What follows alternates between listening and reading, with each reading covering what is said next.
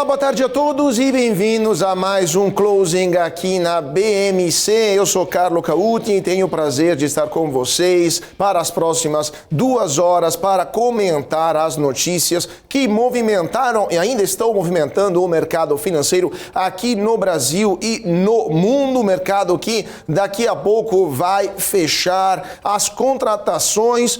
Daqui a mais ou menos 1 hora teremos o fechamento da Bovespa, da B3 aqui no Brasil e também lá nos Estados Unidos o fechamento de Wall Street. Mas vamos então dar uma olhada rápida no que está acontecendo agora no mercado financeiro. Temos o Ibovespa que está subindo 0,29% nesta terça-feira, 106.292 pontos.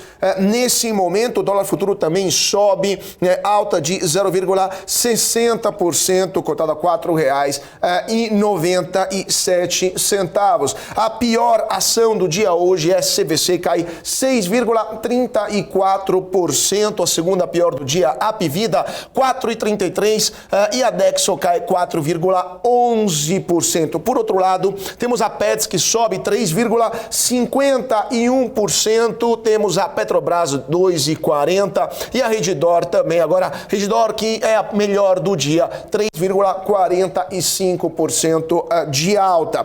Ibovespa hoje está tendo um volume de negociação bastante baixo. Está todo mundo esperando nas novidades do arcabouço fiscal que acabou de ser divulgado. O presidente da República, Luiz Inácio Lula da Silva, vai entregar o documento da nova regra fiscal do Brasil para o Congresso Nacional logo mais, e essa será a primeira notícia que vamos comentar junto aqui no Closing. Mas vamos ver aqui o Ibovespa. Como estão as negociações desta terça-feira? Volume muito baixo do Ibovespa. Temos aqui um Ibovespa que está subindo agora 0,29%, né? Agora, vamos então voltando aqui para as notícias, porque temos muitas coisas para comentar juntos e o tempo, infelizmente, é sempre pouco, mas então vamos ver, iniciando a falar do arcabouço fiscal, porque o presidente da República, Luiz Inácio Lula da Silva, vai entregar o arcabouço fiscal para o Congresso Nacional. O texto foi divulgado poucos minutos atrás. O Ministério da Fazenda divulgou o documento do arcabouço fiscal, que, lembramos, é o conjunto de regras e parâmetros para o controle das contas públicas. A nova regra fiscal vai substituir o teto de gastos que está em vigor, lembramos, desde 2016, mas já durante a campanha eleitoral, o então candidato Luiz Inácio Lula da Silva já estava antecipando a intenção de mudar o teto de gastos, porque, segundo ele, limitava o crescimento do país, o crescimento do PIB do Brasil, e por isso pensou já logo no começo do governo de criar uma nova regra para as contas públicas brasileiras. O teto de gasto, então, vai controlar o novo arcabouço fiscal vai controlar os gastos públicos, segundo o governo, sem tirar dinheiro, sem tirar recursos de áreas consideradas como essenciais, como saúde e educação, além de garantir recursos para os investimentos que o governo considera fundamentais. Segundo as novas regras, estou lendo junto com vocês essa informação que acabou de chegar aqui, a alta será equivalente a 70% do incremento real da receita do ano anterior. Então o governo vai analisar como foi a receita do ano anterior e as despesas serão equivalentes a 70% do incremento real da receita do ano anterior. Então, incremento real, subtraindo a inflação, né, em relação ao aumento das receitas do ano anterior. Então, as despesas vão crescer sempre entre 0,6% e 2,5% ao ano acima da inflação. Isso porque, segundo o governo, seria possível criar um mecanismo anticíclico, ou seja, em momentos em que a economia fica mais fraca, o gasto vai ser maior, e em momentos de alta, esse gasto esse aumento não vai vigorar, né? Agora, a meta também tem um intervalo de comprimento em percentual do PIB que estará cumprida se oscilar entre 0,25 ponto do PIB para cima ou para baixo, e caso o resultado fique abaixo do piso da meta, os gastos no ano seguinte só poderão crescer o equivalente a 50% da alta real da receita.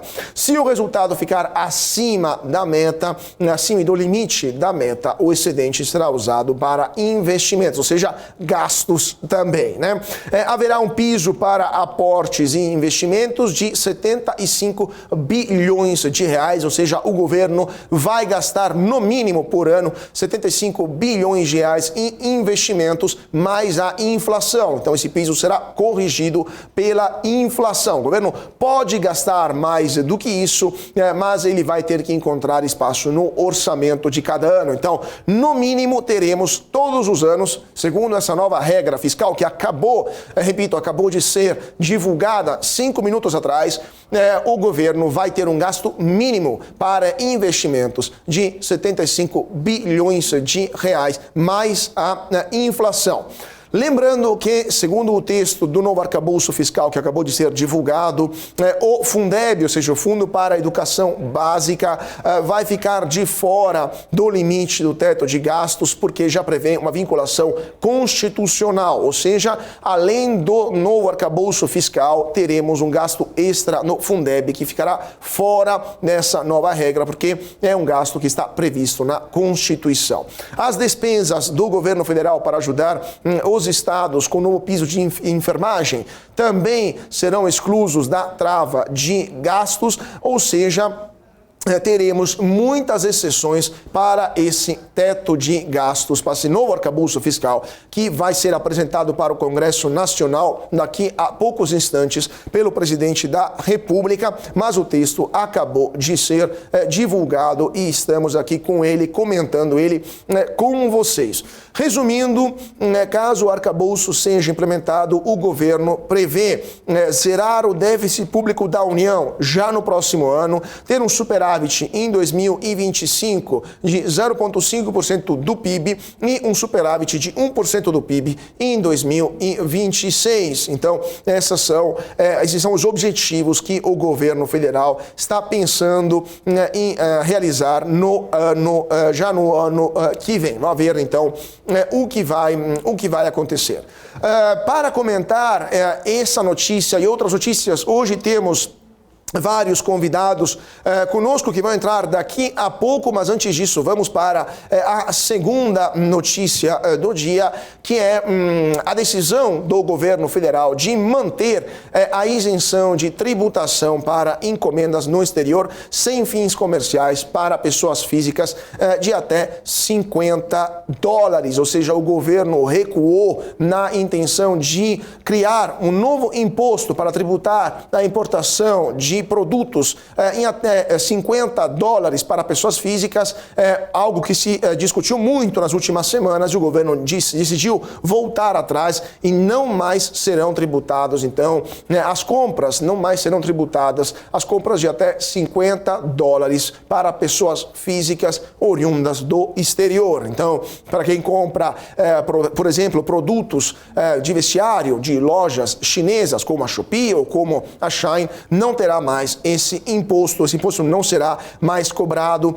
O anúncio foi feito pelo ministro da Fazenda, Fernando Haddad, que explicou para os jornalistas, saindo do Ministério da Fazenda nesta manhã, que o presidente da República, Luiz Inácio Lula da Silva, ordenou de voltar para trás e tentasse resolver primeiro o problema da sonegação através de medidas administrativas e não criando um novo imposto.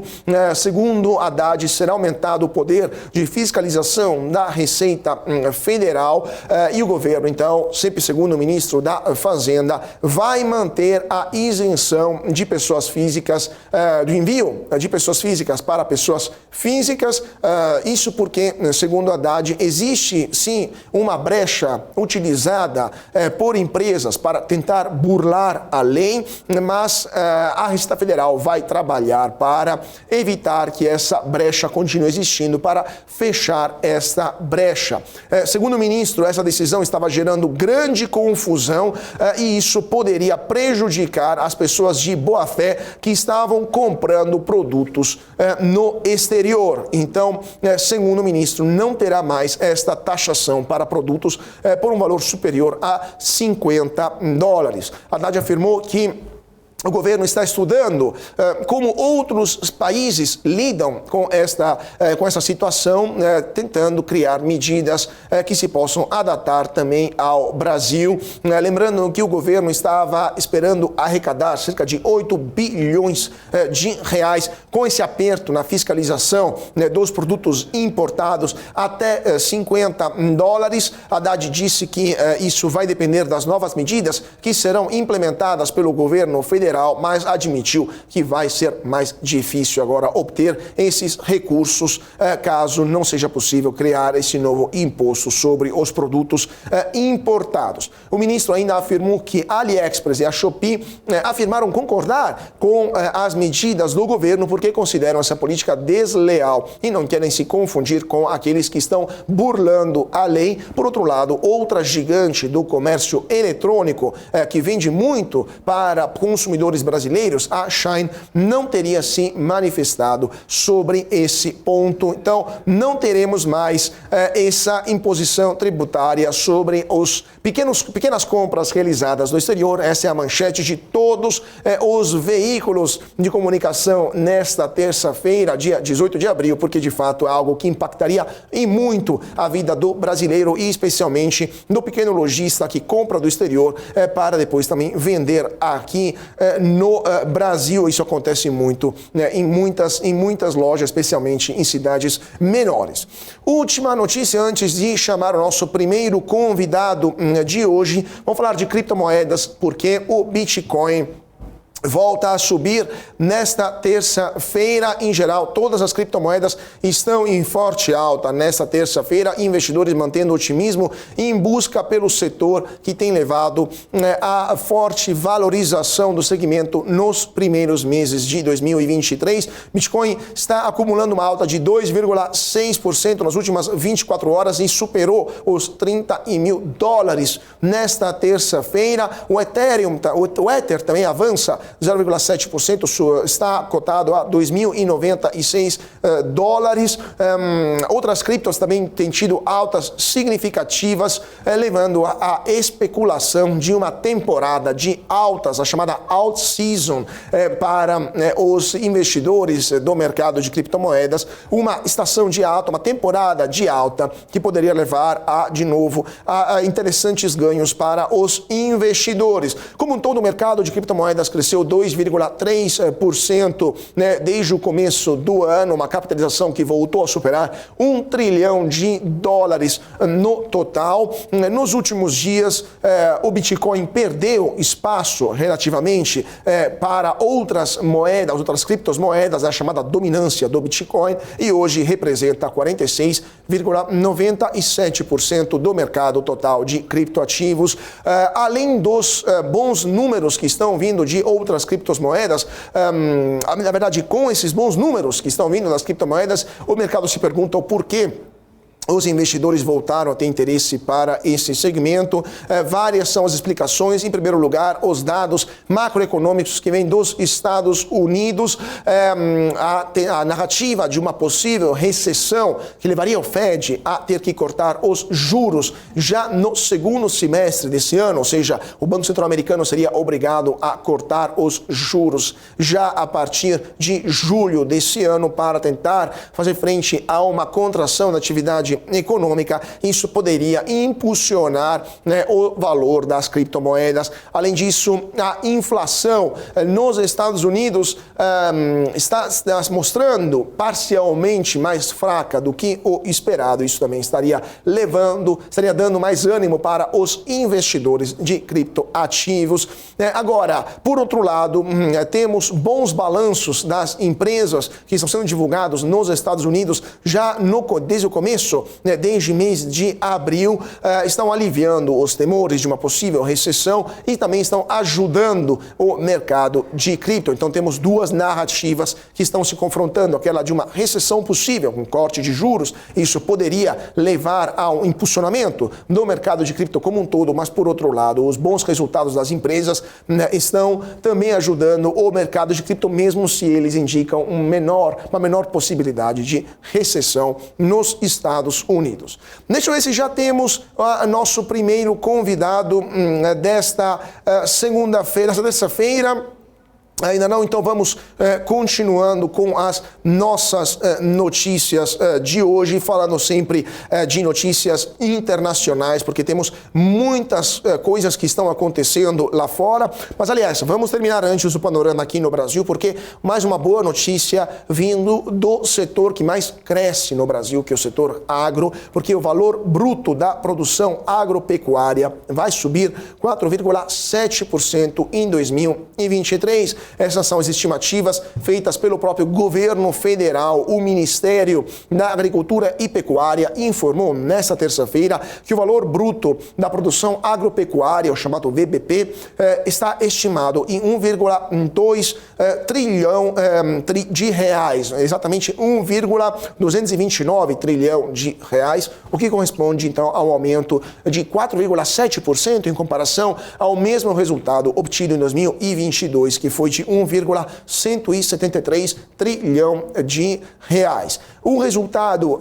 positivo é estimulado pelas lavouras, que deveriam crescer 8,1% em valores reais neste ano, enquanto a pecuária apresenta um recuo de 2,9% no rendimento para 2023. Milho e soja estariam impulsionando essa alta, esse crescimento. A soja, em particular, teria um VBP, um valor bruto de produção estimado em 382,1 bilhões de reais, e o milho 158,9 bilhões de reais, ou seja, soja e milho representariam quase um terço, indo quase para a metade do valor total, do valor bruto de produção agropecuária. Outras 5 lavouras cinco lavouras formadas por soja, milho, café, cana-de-açúcar e algodão correspondem a 82,7% de todo o valor bruto produzido pela agropecuária neste ano. A previsão para este ano, ou seja, 5 lavouras correspondem a 82,7% de todo o valor gerado pela agropecuária no Brasil. E 5 estados brasileiros ocupam representam 60,8% de todo o valor valor bruto da agropecuária brasileira. Esses estados são Mato Grosso, Paraná, São Paulo, Minas Gerais e Rio Grande do Sul. Sozinhos, eles fazem mais de 60% do valor bruto da agropecuária brasileira. Então, vamos ver se esses dados vão se confirmar até o final deste ano. Bom, temos então o nosso primeiro convidado nesta terça-feira. Deixa eu ver se está conosco o Leonardo. Vamos ver se temos sim, Leonardo Piovesan. Muito bem-vindo, Leonardo. Obrigado por estar conosco nesta terça-feira.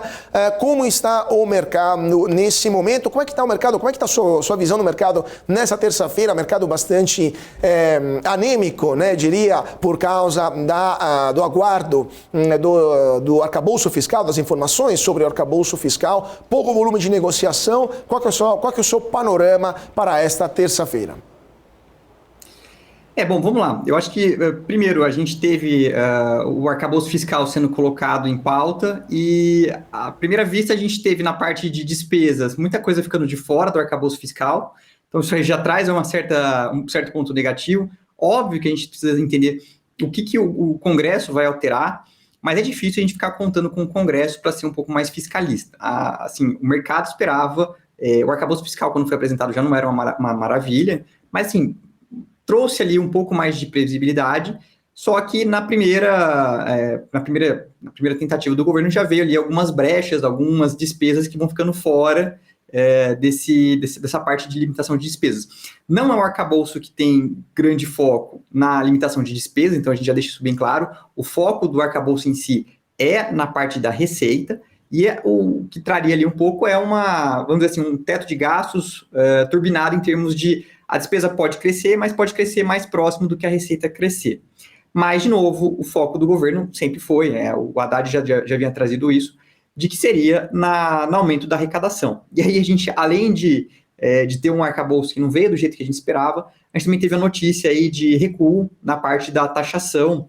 Óbvio que ainda também tem muita dúvida sobre o que, de fato, o governo quis dizer, o que o Haddad quis dizer, mas o que a gente tem escutado é que houve um recuo em relação à taxação das empresas chinesas, das importações de produtos de empresas chinesas, como Shein, AliExpress e por aí vai.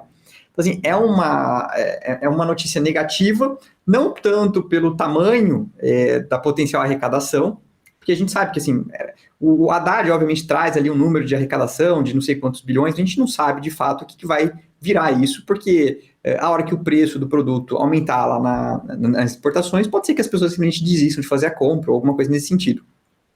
Mas o ponto é o seguinte, a primeira briga que a gente teve, o primeiro lobby que se opôs, então o ministro trouxe ali, poxa, vamos fazer uma taxação, e que inclusive ele não trouxe nada absurdo, de fato não era uma criação de imposto, é simplesmente fechar uma brecha de que a gente tinha lá compras abaixo de $50, vindo de pessoa física, tinha uma isenção. Mas, na prática, a pessoa compra ali numa plataforma, numa Shein, numa AliExpress, e não vende uma pessoa física. É uma pessoa jurídica, é um negócio, uma transação comercial, que acabava vindo meio que disfarçado. Então, a proposta do governo era simplesmente, olha, a gente vai acabar com essa isenção, porque a gente sabe que está tendo muita fraude, e vamos intensificar a fiscalização. Era essa a ideia. Mas a gente teve uma repercussão super negativa, Twitter, internet, o governo em si já começou a se posicionar, enfim. E na primeira briga, que de novo não foi uma briga muito grande, o governo já recuou. Então, para mim, aqui é um sinal muito negativo, porque o Haddad ele precisa achar algo como 120 bilhões de reais, e na primeira briga que a gente teve, já recuou. Então, quer dizer...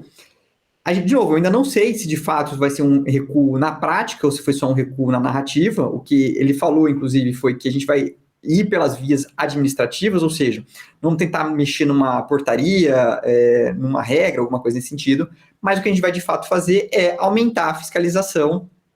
Então, assim, pode mudar a regra, mas simplesmente vão lá e vão aumentar o nível de fiscalização na alfândega para ver se coíbe isso. Então, por enquanto, é isso aí que a gente tem. De novo, eu achei negativo no sentido de que o governo deu um recuo no primeiro lobby que esperneou contra. E, assim, 120 bilhões, ele vai ter que comprar briga com muito lobby, e muito pior vai ser quando chegar a reforma tributária. Então, para mim, acho que a visão negativa foi de como é que o governo já está cedendo, assim, na primeira briga que apareceu pela frente, tá? A gente vê, por exemplo, hoje Renner e outras varejistas caindo, Renner caindo 4%, enfim. Obviamente, uma parte disso aí, porque a gente está com a bolsa hoje um pouquinho, o mercado interno um pouco mais complicado, mas óbvio que tem sim impacto desse recuo do governo. De novo, vamos ver o que o governo pretende fazer com isso. Leonardo é analista da QuantZed, né? Leonardo, mas mais do que o lobby, me fala... É da Tese Research. Quantas revistas? Eu sou analista da Tese. Isso. Valeu. Deixa eu te falar, só a questão do lobby também que você estava citando, mas na verdade seria mais algo da impopularidade desse imposto, né? Porque isso atingiria pessoas físicas, especialmente de baixa renda, que de fato são a base do eleitorado do presidente Lula, e uma reforma tributária, como você estava falando, também poderia atingir pessoas que de fato seriam, em potencial, são a base eleitoral do presidente Lula. Então você não acha que, além da questão do lobby de empresas, nesse caso é mais uma questão de uma resposta muito negativa por parte da sociedade, que mostrou como uma medida tão importante, né? Falamos de 8 bilhões de reais de possível arrecadação, não foi aprovada e poderia também derrubar outras medidas importante tanto quanto, né? Estou pensando, por exemplo, além da reforma tributária, a questão da tributação, né, das apostas online, né, que tanto se fala que deveria levar até 50 bilhões de reais nos cofres públicos. Então, quanto é relevante essa resistência, diria, né, da opinião pública contra esses novos impostos de que o governo desesperadamente precisa para fechar as contas desse e dos próximos anos? Eu concordo com você. Quando eu falo lobby aqui, não é um lobby especificamente de empresas, tá? É opinião pública. Mas o que eu quero trazer um pouco é essas reformas, tanto reforma tributária como o aumento de arrecadação agora, ele vai esbarrar em pressão de qualquer um dos lados. Vai ter pressão pra caramba, porque não tem jeito, a gente está falando de 120 bi que ele precisa aumentar, tá? Então, assim, primeiro, nem começou a discussão sobre a reforma tributária. O primeiro passo é, poxa, a gente precisa levantar 120 bi.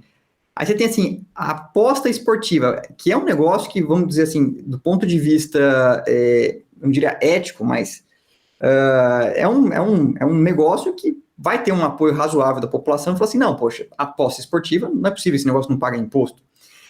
Então, assim, o que eu quero dizer um pouco não tem jeito, para levantar 120 bi, você vai esbarrar, você vai ter que comprar briga, tá? Esta briga especificamente foi com, poxa, uma camada da população que o governo tem um espaço. Sim, claro. Outras vão esbarrar também, não tem jeito, vai pisar no calo de outras pessoas. Então, vai ser briga atrás de briga.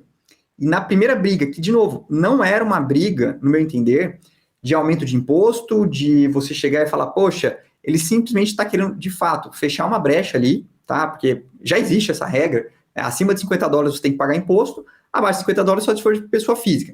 Existe uma brecha ali, porque tipo, começou a ter fraude, vamos dizer assim, de pessoas que compram no AliExpress, numa Shopee, numa Shein, etc., que o suposto vendedor na outra ponta é uma pessoa física, tá? Mas não é uma pessoa física de fato, não é o intuito dessa portaria. Então, assim, a gente não está falando de uma coisa que ele ia lá e criar um imposto novo, e ainda assim teve uma resistência, e ainda assim ele foi lá e recuou. Então, assim, o que eu quero dizer um pouco se toda vez que ele bater, né, então a gente fala, vamos aumentar, vamos colocar imposto em 10 itens diferentes, cada um vai ter que contribuir com 8 bi. Se 4 ou 5 já falar, não, eu tô fora, os outros vão ter que pagar bem mais, não tem jeito. Para fechar esse 120 bi, e aí que vai ficando cada vez pior, porque se você fala assim, bom, cada um vai ter que dar um pouquinho, se tem 4 ou 5 que falam, eu não vou dar nada, então os outros vão ter que dar um pouco mais ainda. E aí vai ser mais resistência. Então, aqui um pouco que eu quero chegar. Na primeira apertada, já teve um recuo. Vamos ver como é que ele vai fazer com os próximos. E, de novo, isso ainda não é nem a discussão para a reforma tributária, que ali sim, a gente sabe que a reforma tributária é um negócio que vem se arrastando há décadas, e o ponto sensível é que cada parcela da sociedade vai defender a sua visão e no final acaba não saindo nada. Né, falando de novas regras que foram apresentadas hoje, por sinal, acabaram, aliás, de ser divulgadas, o novo arcabouço fiscal. A gente deu uma lida aqui ao vivo com o nosso público e, de fato, está muito confuso o que foi apresentado até agora, porque temos uma regra que, na verdade, se baseia nos resultados do ano anterior, mas são resultados reais, ou seja, tirando a inflação, mas aí qual a inflação? E também tem uma exceção, Fundeb não entra, ou também piso de enfermagem também estadual não entra no teto, entre outras coisas. Já temos um arcabouço fiscal com um monte de furo que já estão pré-definidos até antes da própria aprovação, né? Qual que é a sua visão sobre essa nova regra que vai vigorar, em tese, até o final do governo Lula, e qual você acha será a reação do mercado a partir da divulgação formal, né? Ou seja, a gente vai ver isso no pregão de amanhã, com essas novas regras tributárias fiscais, né? O novo arcabouço fiscal aqui do Brasil. Bom, assim, primeiro, eu acho que o mercado já vem precificando uma situação negativa do ponto de vista fiscal já há algum tempo, né? Então, desde que teve a PEC da transição, o mercado já foi lá e colocou isso aí no preço. A gente vê uma taxa de juros bem para cima, os DI futuros estão bem acima do que estavam. Então, assim, o mercado já vinha colocando isso daí no preço, tá? O primeiro esboço do arcabouço fiscal foi aquele arcabouço, assim, não era o ideal, longe disso, mas veio menos pior do que o mercado esperava. Tá? Eu acho que esse foi o primeiro refresco. Era um arcabouço que, de fato, ele tem ali algumas amarras em termos de despesa, porém, quando a gente começa a ter essas exceções, E é óbvio que o governo quer colocar o máximo de exceção possível, porque ele quer ter o máximo de gordura possível. Isso vai afrouxando cada vez mais a potência disso. Uma coisa que, assim, eu acho que puxa um pouco para o lado do Haddad, né, é o comprometimento que ele se coloca em relação ao superávit primário, tá? Então, eu acho que, até o momento, ele e a Tebet, que são a Fazenda e Planejamento, têm sido bastante enfáticos em buscar, em atingir um superávit primário, em zerar o resultado primário, tá? Então, sair de um déficit primário e alcançar esse resultado, pelo menos no zero. O que acontece? Por que não é tão fácil assim, né? A gente teve no ano passado algumas receitas extraordinárias. Então, as estatais tiveram pagamentos muito fortes, a gente teve privatização de Eletrobras, enfim, a gente teve ali algumas coisas que impulsionaram o lado da receita, que a gente não vai ter nesse ano, além, obviamente, também das despesas que já estão contratadas. Vai ter alguma coisinha de recomposição de imposto de combustível, que talvez agora fique um pouquinho mais factível, com o petróleo aí na casa dos $80 e um dólar abaixo de R$5, isso acaba ficando mais fácil de se recompor sem ter que pressionar o preço da gasolina, tá? Mas assim, eu acho, para mim, a visão ainda em especial essa questão das exceções que foram colocadas, veio um pouco pior do que o mercado esperava. A gente tem que entender um pouco o que o Congresso vai adicionar ou vai modificar, tá? Mas é difícil esperar que um Congresso vai fazer um trabalho de buscar ser mais fiscalista do que o governo, tá? Mas a realidade é o seguinte, a visão desse governo, eles são pró-gastos. O que eu acho que sustenta um pouco é a visão de que o Haddad e a Tebet estão querendo mostrar pelo menos um resultado primário no zero ao longo dos próximos anos. Como provavelmente vai ser pelo lado da receita e possivelmente até mesmo buscando receitas extraordinárias, ou seja, nada recorrente. Vamos ver. Ou seja, segundo sua percepção, segundo sua visão, e terminamos assim a nossa entrevista, me corrija se estou enganado, vem novo imposto por aí porque estão desesperados de encontrar receita extraordinária para justificar, para fechar as contas, né? Ou estou enganado? Qual é essa interpretação que a gente tem que dar? Então, o que acontece? E aí eu digo para você o seguinte, não tem mágica, eles querem receita extraordinária, isso aí já foi dado, tá? Eles querem receitas, algumas que já estão em discussão, né? A aposta esportiva, a taxação da Shein que deu para trás, mas provavelmente eu acho que eles vão simplesmente aumentar a fiscalização, vai acontecer. Aí tem a questão de tributação de fundos exclusivos, enfim, tem algumas coisas que eles vão conseguir fazer, tá? Então, assim, vai vir pelo lado da receita, não tenha dúvida, mas a questão de aumento de imposto, e aí uma jogada, vamos dizer assim, do governo, é que a gente tem vários subsídios, que esses subsídios, eles entram como gasto tributário. Então, em teoria, se você tira um subsídio, não é que você está aumentando a receita, você está cortando um gasto tributário, tá? Na prática, de fato, você está aumentando a arrecadação. Mas, para efeitos, vamos dizer assim, contábeis de contas públicas, eu estou reduzindo o gasto tributário, o gasto com subsídio. Então, se você me deixa de pagar porque eu te dei um subsídio, na visão dele, isso é um gasto. Ou seja, se eu tirar esse subsídio de você e você começar a me pagar, eu estou reduzindo um gasto. De novo, é uma maquiagem. E o mais importante, quem é que vai arcar com isso? Tá? Não, mais importante é mais importante as empresas que vão perder esses subsídios vão continuar existindo no Brasil, né? Então, aí que tá. E aí o que tem acontecido no mercado? O mercado não sabe para onde o governo vai atirar. Então, a gente teve um certo escrutínio em cima de quais empresas têm subsídio. Então, começou a pipocar relatórios de diversos bancos, etc. Quais empresas serão mais impactadas pela retirada de subsídio? Quais empresas têm mais subsídios? E ninguém sabe muito bem o que vai acontecer a hora que você tira o subsídio de um supermercado, né? Porque o supermercado não tem uma margem muito grande. O cara está lá uma margem líquida de 6%. Aí você tira o subsídio, das duas uma. Ou ele absorve aquele subsídio e quebra, ou repassa para o consumidor final. Não tem muita mágica. Pois é. Então, ultimíssima pergunta para encerrar nossa entrevista. Vocês da Tese Research, quais setores estão olhando com mais interesse, setores que poderiam se beneficiar nessa nova conjuntura de regras, tributárias que está se delineando, e quais setores poderiam ser os mais prejudicados por essas novas regras fiscais ou eventual aumento de impostos? Tá, vamos lá. Eu acho que assim, e aí de novo, ainda é muito, como é que eu posso dizer? Não é fantasia, mas assim, é muita imaginação, porque a gente não sabe qual vai ser a dinâmica disso. O setor que, em teoria, seria mais impactado é o varejo, que é o que tem mais subsídios hoje.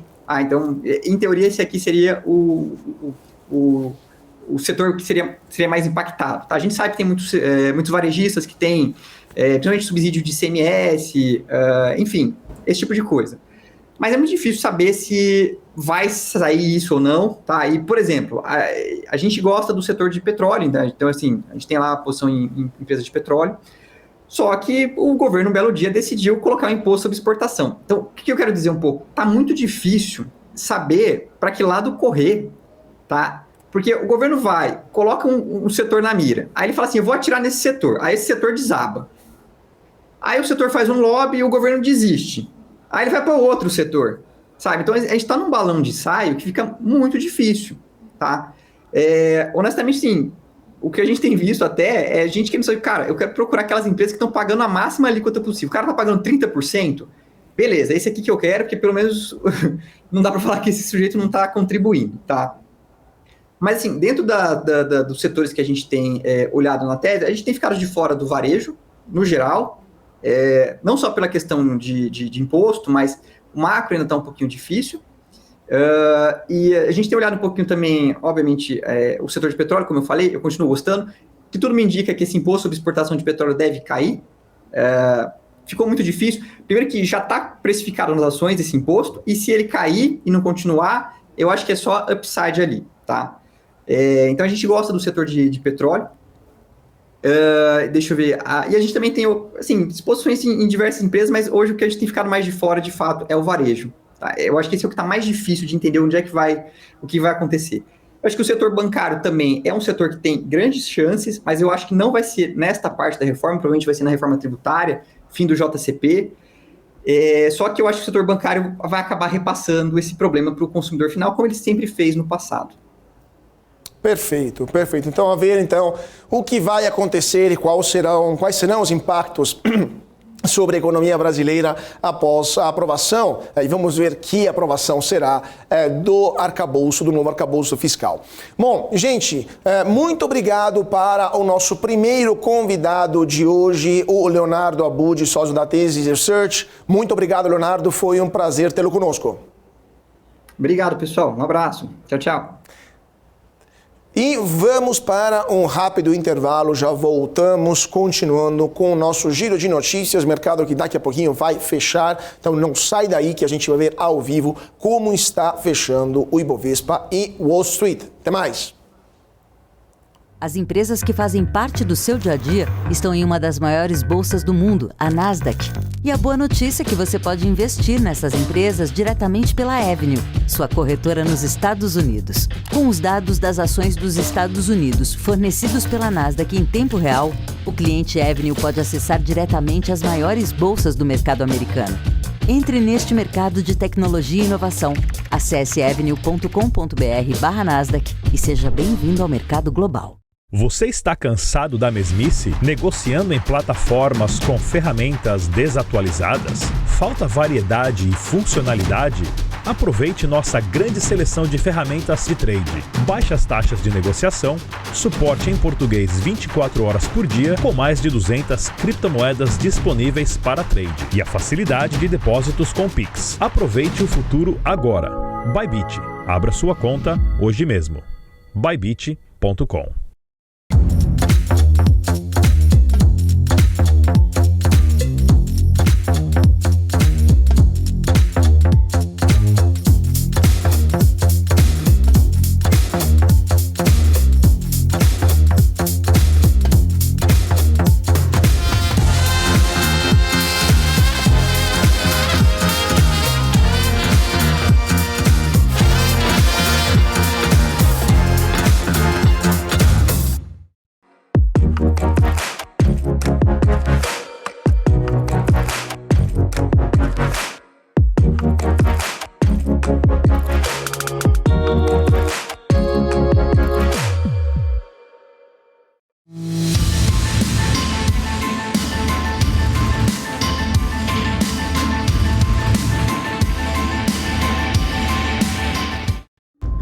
Já pensou se não existisse essa pergunta?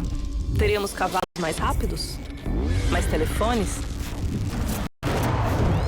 a Vortex pensou e criou a primeira plataforma digital para o back-office do mercado de capitais. Tecnologia para o que sempre foi analógico. Hoje, temos mais de R$500 bilhão em ativos em 3 frentes integradas.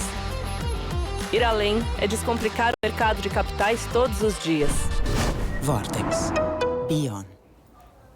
E de volta para o nosso closing desta terça-feira, 18 de abril de 2023. Eu sou Carlos Cauti, é um prazer estar com vocês. Para quem acabou de se sintonizar agora aqui nas redes da BMC, não se esqueça de se inscrever no canal, de dar o seu like aqui na nossa live, também deixar o seu comentário e, claro, ativar o sininho para ficar sempre ligados em tudo aquilo que mexe, que movimenta o mercado financeiro e também o seu bolso. Vamos dar uma olhada rapidamente como está o mercado nesse finalzinho do pregão. O Ibovespa está reduzindo os ganhos quase no 0 a 0, o principal índice da Bolsa de Valores de São Paulo, 0,02 de alta. Nesse momento está uns 106.034 pontos. O dólar futuro está em alta, 0,64%, continua alto o dólar. Ontem também tivemos um dia em que a moeda americana subiu em relação ao real e hoje o dólar está cotado a R$ 4,98. A pior ação do dia se confirma aqui a CVC que continua caindo nesse pregão. Dia também bastante complicado para a Petz e a Redditor. Temos a CVC que está em forte queda nesse momento.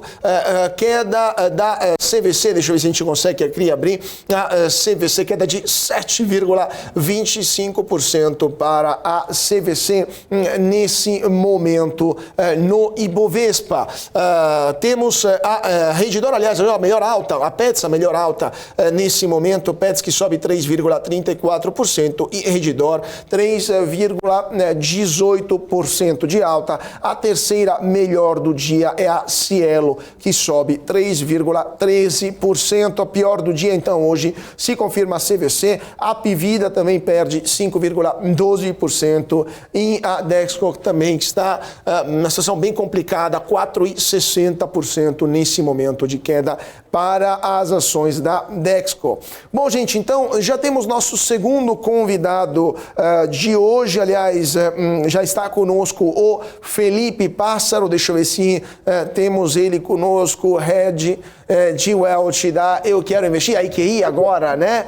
Muito bem-vindo, Felipe. Muito boa tarde, é um prazer tê-lo conosco. Quais são os seus highlights, né? Seus destaques para o mercado de hoje? O mercado bastante anêmico, como estamos vendo, pouco volume de negociação e todo mundo de olho lá para Brasília. Quais são os seus destaques para hoje? Claro, bom, obrigado pessoal pelo convite, boa tarde a todos, ótimo estar aqui com vocês novamente. Hoje, falando de Brasil, nosso principal destaque, claro, foi a divulgação, né, do arcabouço, né, um pouco mais de detalhes, né, tem sido uma grande novela, né, realmente dos últimos dias, né, esperar por esses detalhes. E hoje mais cedo também tivemos vários dados, né, globais saindo também no mercado, foram dados bem importantes também que mexeram bastante, né, com a dinâmica, principalmente nos mercados asiáticos, mas assim, um grande highlight é que o Brasil a gente segue ainda com uma dinâmica negativa, né, de muitas expectativas sobre o real impacto da nova dinâmica fiscal, né, aqui no Brasil, né, a gente tem visto muita discussão, mas pouca efetividade, né, muito em linha com o nosso call, né, com o nosso pensamento que a gente já tinha desde o começo do ano, que seria um momento de muitos rumores, mas pouca ação realmente, né, acho que isso tem se concretizado, né, e acaba deixando o preço dos ativos bastante pressionados, né, então eles ficam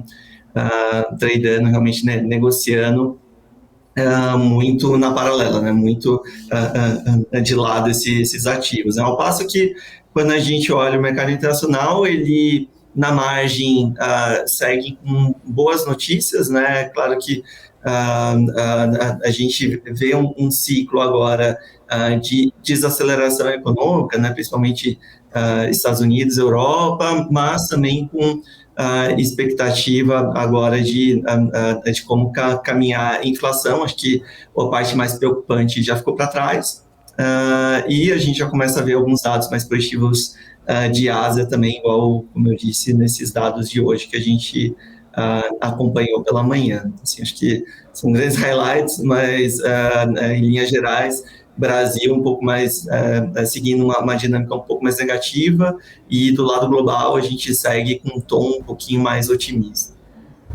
Felipe, então, falando de Brasil, mas antes disso, eu queria relembrar para o nosso público que teremos uma Money Week especial, né? Que aí vai estar organizando uma Money Week especial para os 100 dias do novo governo Lula. Temos aqui o QR Code, então você pode se inscrever diretamente aqui, né, na nossa página, na nossa live. É só apontar o seu telefone para o QR Code e se inscrever nessa Money Week especial sobre os 100 primeiros dias do governo Lula, onde será feito um balanço em geral sobre como está sendo conduzida a política econômica do novo executivo, né? Hoje, Felipe, foi apresentado um novo arcabouço fiscal. A gente estava comentando também com o nosso primeiro convidado, com o Leonardo Abud. Então, isso também está impactando o mercado. Temos a CVC que está em forte queda hoje, né? Está fechando de fato em queda livre o Ibovespa. Daqui 2 minutinhos teremos o fechamento do mercado. Qual que é a sua avaliação? Por que a CVC está sofrendo tanto nesta terça-feira? É algo ligado ao dólar ou se espera uma maior pressão fiscal, maior pressão tributária sobre as viagens no exterior? Claro, na verdade, tanto o CVC como outros nomes, por exemplo, Pets, né, enfim, outros nomes que são mais relacionados à economia doméstica, né, então realmente a dinâmica local de Brasil tenderiam a sofrer um pouco mais, né, nesse cenário, né, onde a gente, por conta de um cenário fiscal pior, né, uma situação fiscal pior para o Brasil, isso impacta muito a expectativa, né, de juros, né, então, e acabam acarretando também no maior desconto, né, nessas empresas que dependem mais da dinâmica doméstica, né. No caso da CVC, claro, ela tem um impacto importante também do câmbio, né, o câmbio hoje também se deprecia em relação ao dólar por volta de 0,60, 0,70, então também é uma notícia ruim, né, para a CVC, que depende bastante da viagem, mas eu diria que o ponto principal é justamente a dinâmica como um todo do setor mais doméstico aqui de Brasil, né. Eu acho que tem sido também muito da nossa linha aqui de investimentos, desde o final do ano passado, de focar realmente em ativos que são descorrelacionados, né, com a dinâmica macro de Brasil, né, que a gente entende que o momento requer cautela, né, do investidor. Eu acho que temos ativos muito baratos, né, assim, em termos de valuation. Realmente, quando a gente compara com o histórico, o Brasil já vem negociando múltiplos bastante interessantes. A gente tem uma dinâmica global muito boa, principalmente para mercados emergentes, mas quando a gente traz esse impacto para o Brasil, então a gente mantém essa cautela. Falando especificamente dos nomes, eu ainda tenho tido preferência por nomes que são um pouco mais, enfim, com menos exposição à questão macroeconômica do Brasil, que eles não serão tão afetados no operacional deles, né? Ou seja, não são empresas que dependem de uma alavancagem operacional, né? Dependem de um crescimento maior de Brasil para conseguirem destravar esse valor, né? Então, mesmo quando a gente pega setores relacionados a juros, né? Por exemplo, setor de energia elétrica, que é bastante relacionado com juros, eu tenho preferência do que pegar justamente o setor de consumo, que necessariamente ele vai ter que esperar por um vetor de crescimento, né, da economia local mais importante, né? Então, eu acho que o investidor, ele, na nossa visão, ele, embora tenha ativos muito baratos, né, quando a gente pensa numa janela de 10, 15 anos, quando a gente olha um período mais curto, eu ainda ficaria mais focado em empresas um pouco mais sólidas e protegidas contra esse vento contra, né, que vem do cenário macro. Então, são empresas que ou são pagadores de dividendos, enfim, tem uma dinâmica própria de crescimento, né, eu acho que o investidor vai ficar um pouco mais seguro. Pois é, Felipe, eu vou aproveitar e te perguntar sobre essa questão, né, dessa conjuntura não exatamente entusiasmante que nos espera, né? Você que trabalha na Welt, né, você é responsável da Welt, da EQI.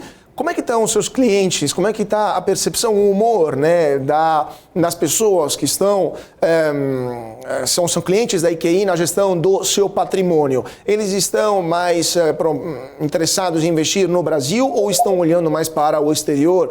Têm um maior interesse para o mercado internacional, para dolarizar o seu patrimônio?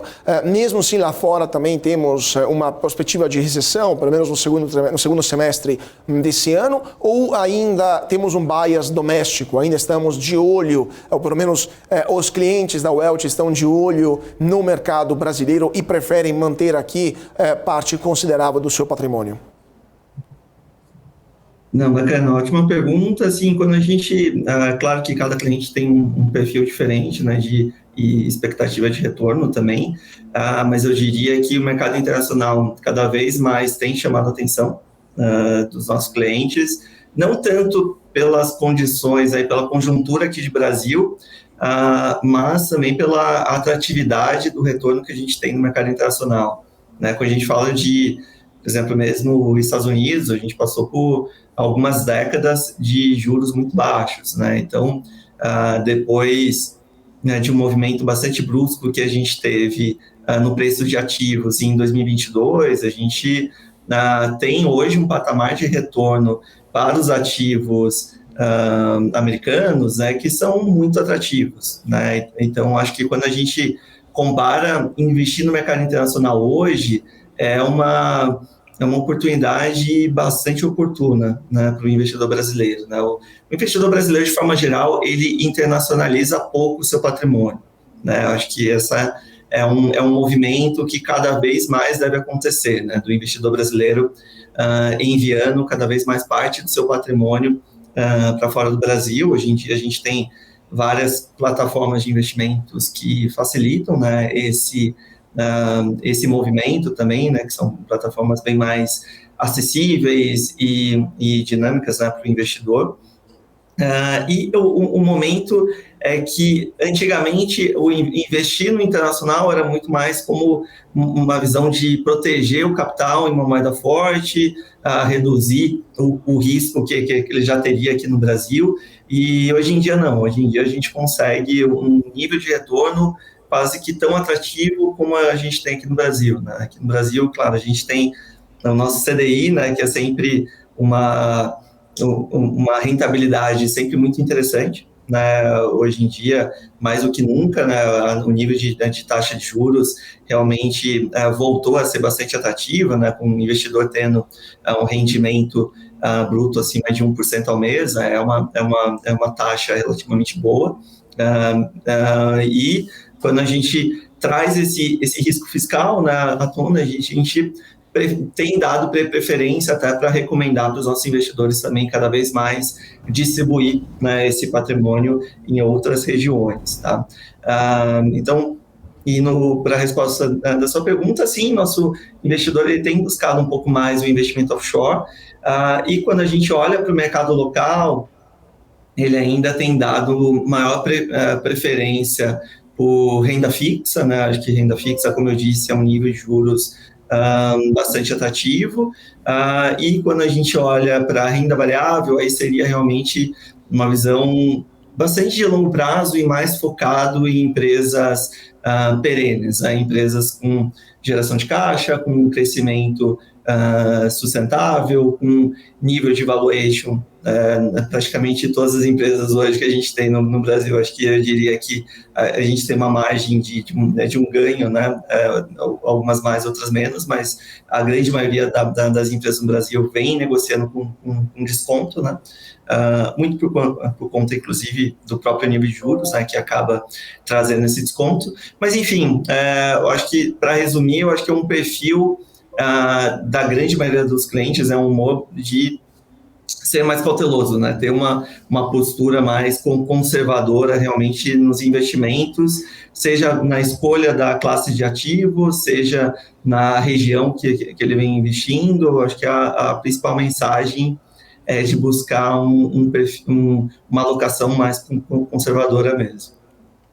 Perfeito, perfeito. Felipe, última pergunta. Estou vendo aqui muitos comentários nas nossas redes sociais perguntando sobre o dólar, porque parece que o dólar voltou a subir nos últimos 2 dias por causa do arcabouço fiscal. Então, queria encerrar a nossa entrevista te perguntando se você acha que, de fato, essa nova alta do dólar, que está beirando de novo R$5 após ter chegado a 4,93, né, alguns dias atrás, se você acha que essa nova alta do dólar é ligada diretamente às incertezas provocadas pelo novo arcabouço fiscal.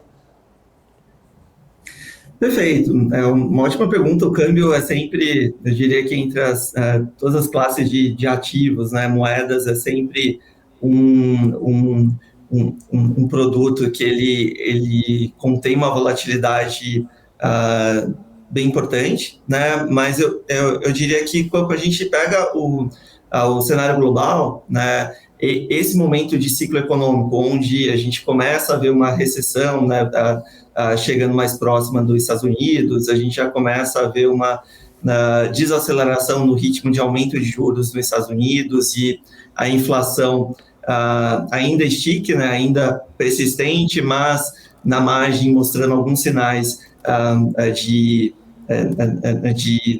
desaceleração, é uma fase do ciclo econômico normalmente que as moedas de mercados emergentes tendem a ter um desempenho melhor do que o dólar, né? Ou seja, então era esperado que o real tivesse um desempenho positivo neste ano, né? Por conta dessa dinâmica global de Estados Unidos que acaba afetando as moedas de mercados emergentes. Quando a gente olha mercados emergentes, aí, claro, a gente tem que olhar país a país, né, o que cada país contém de risco próprio e o que isso traz para o preço do ativo. Quando a gente traz para o Brasil, não tem como fugir, né, da questão fiscal, né, realmente é a principal preocupação que a gente convive já há bastante tempo, né, no Brasil, para conseguir ter uma dinâmica de solidez, né, e de previsibilidade, né, de como que a gente vai caminhar na situação fiscal aqui do Brasil. E então eu diria que se não fosse realmente essas preocupações, o câmbio muito provavelmente ele estaria mais próximo de uma banda de 4,50, 4,70, né? Quando a gente faz o comparativo entre outras moedas de mercados emergentes, é quanto que a gente acreditaria que o real teria espaço para se valorizar. E quando a gente coloca, então, esse risco fiscal, né, na conta, né, que acaba afetando todos os preços de ativos aqui no Brasil, né, bolsa, juros e, claro, moeda também, a gente entende que essa banda aí de 4,70 a 5,10 deve ser aonde a gente deve navegar pelo menos para os próximos meses, tá? Então, realmente, em dias como hoje, né, quando a gente tem realmente uma notícia mais negativa na margem, né, que realmente uma novidade não tão boa, né, eu diria. Então, com isso, a banda, o preço do dólar tende a convergir para a banda de cima, né? E quando a gente tem uma sequência de ausência de notícias negativas, pelo menos, já faz com que a moeda caminhe para a banda de baixo, né? Então, resumindo, eu sou positivo até com na margem com moeda aqui no Brasil, né? Eu acredito que é um bom ativo dentre as classes de ativos. Eu acho que o real até tem um valor maior do que outras classes de ativo, mas principalmente agora nesse preço, né, voltando ali próximo de R$5. Mas, claro, a gente tem que navegar sempre com um risco como um todo da carteira menor por conta dessa alta volatilidade e risco que a gente tem no Brasil e essa alta volatilidade de notícias também, né? Realmente esse nível de rumores e notícias de um lado para o outro sempre acaba afetando bastante preços de ativos. Então, dentre as classes, eu gosto do risco real. mas vis-à-vis uma outra posição talvez mais negativa em bolsa, em juros, mas eu entendo que a gente deve ficar nessa banda ali de 4,70 a 5,10. Perfeito, perfeito. Então, muito obrigado para o Felipe Pássaro, Head de Wealth da EQI. Eu quero investir. Muito obrigado por sua participação e até a próxima. Obrigado, pessoal. Prazer estar aqui com vocês. Vamos falar.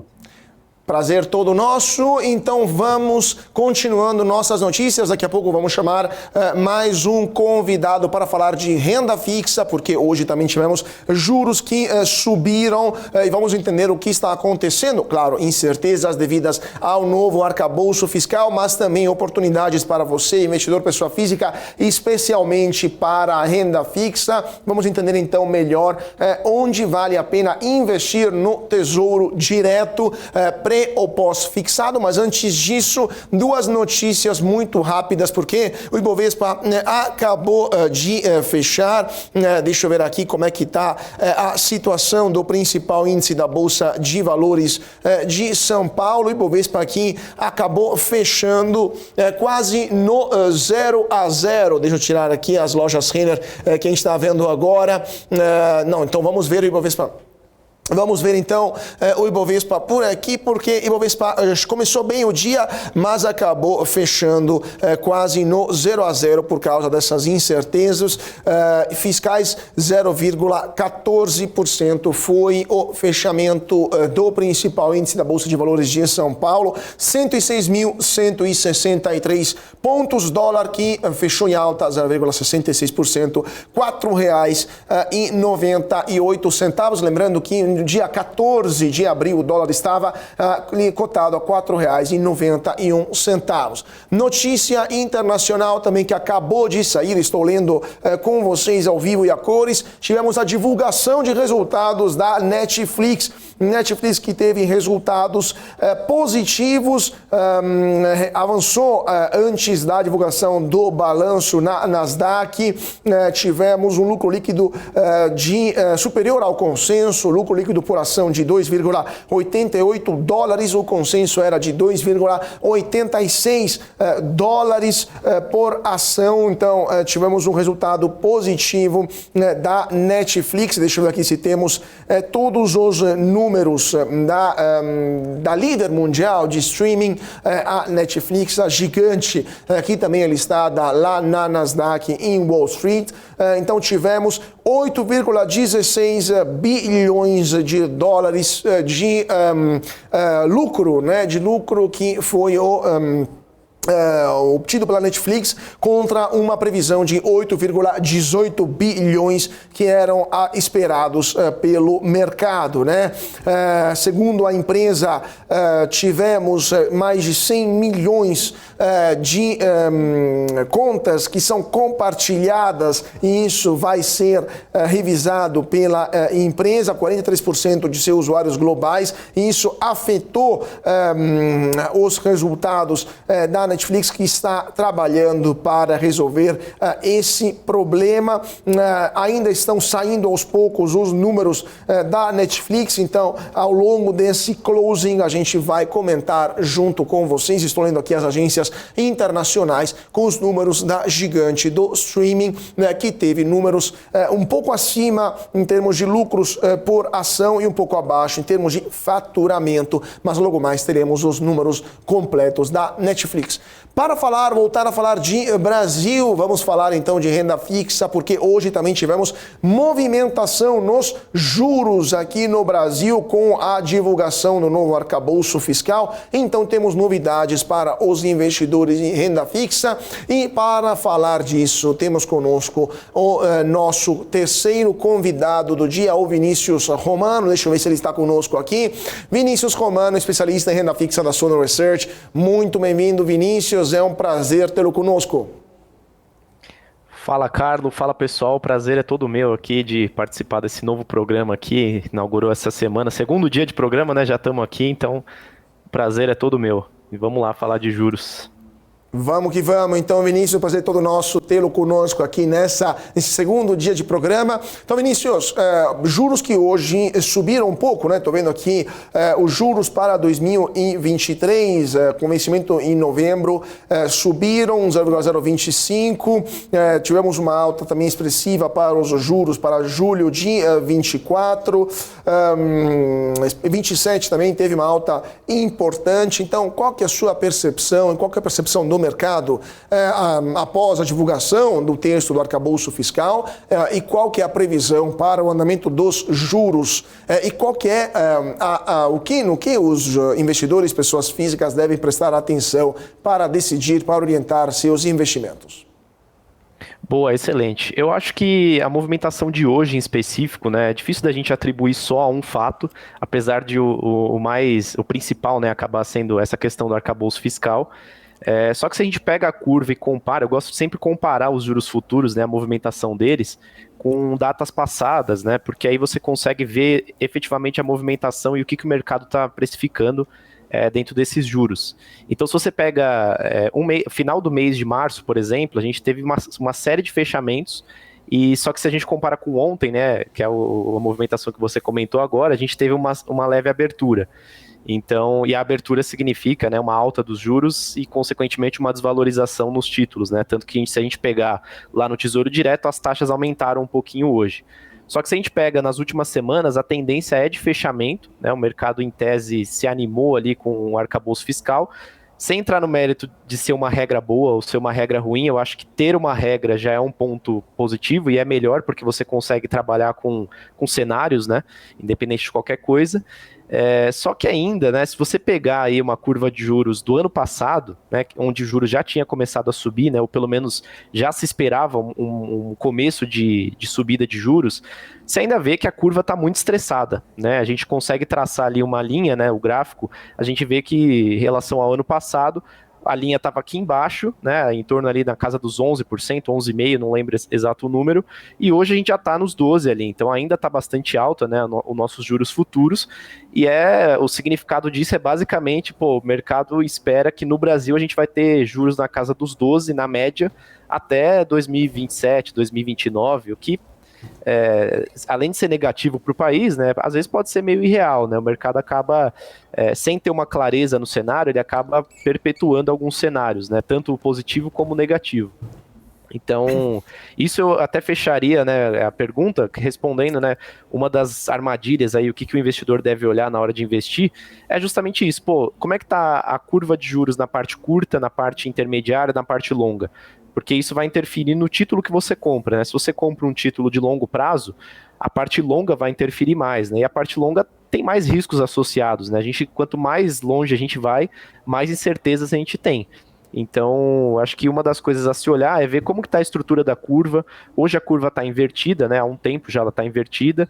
E o que a gente está vendo é só uma mudança de nível, né? Antes a gente chegou a bater os 13% ali de juro futuro, agora a gente está nos 12%, ano passado a gente estava nos 11%. No coronavírus a gente estava com uma curva totalmente inclinada, com menos de 2 dígitos. Então, assim, a volatilidade que está tendo na renda fixa, às vezes ela para quem compra, por exemplo, títulos bancários, né, que você não tem uma marcação a mercado, às vezes as pessoas não enxergam essa movimentação que está acontecendo. Mas para quem comprou, por exemplo, um título longo do ano passado, viu que, no começo de 2022 até o final, né, dependendo do título que você comprou ali, chegou a um prejuízo de mais de 15%, né, num título seguro e emitido pelo governo. Então eu acho que esse é um dos pontos que eu acho que é importante olhar antes de fazer qualquer movimentação, né? Seja de compra ou até mesmo de venda. Pois é, Vinícius, mas então, na base dessa incerteza que você justamente nos indicou, especialmente incerteza por parte do mercado, porque de fato é bastante realista pensar que o Brasil vai aguentar até 2029 com juros a 2 dígitos, né, tão altos assim. Você acha que essa é uma oportunidade ou um risco para os investidores? Porque se de fato o mercado acha algo do tipo, é possível eventualmente comprar títulos tão longos com juros tão elevados e ao mesmo tempo sabemos que é muito provável que esses juros acabem baixando por decisão do Banco Central em caso de recessão que pode ter, etc. Não tem uma oportunidade aí para o investidor, pessoa física, comprar um título longo pré-fixado e simplesmente aguardar os acontecimentos?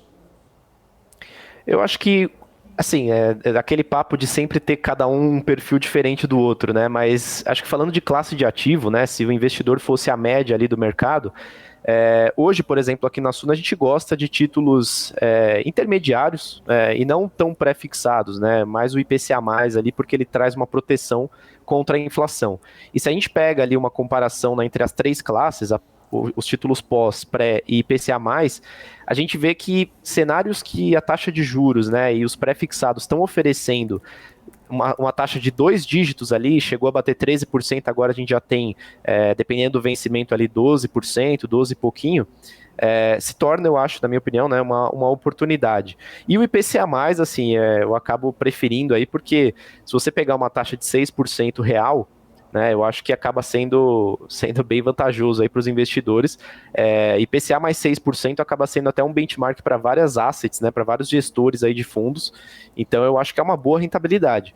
A questão tem que ver se o prazo é adequado para cada investidor, se, comprar um Tesouro IPCA 2035 faz sentido para aquela pessoa, ou se não, se faz mais sentido comprar um mais curto. Acho que aí entra no objetivo de cada um, né? Mas falando de classe de ativo, se a gente pegar nos últimos 20 anos, por exemplo, desde 2000 ali, que é um dos maiores históricos que a gente tem, infelizmente, a gente vê que o IMAB, né, o índice que é da família Ambima, que é formado por várias NTNBs de vários vencimentos, ele é o que bateu todos os índices no Brasil. Então, mesmo o CDI, que já chegou a 40% lá atrás, o IMAB acabou ganhando aí do CDI, se a gente traça desde 2000, ali, 2010, nessa década, né? E traz até hoje, né? A inflação sempre foi muito alta aqui no Brasil, e eu acho que, da mesma forma que a gente pode exagerar para cima, às vezes a gente exagera para baixo, e no final sempre está no meio do caminho.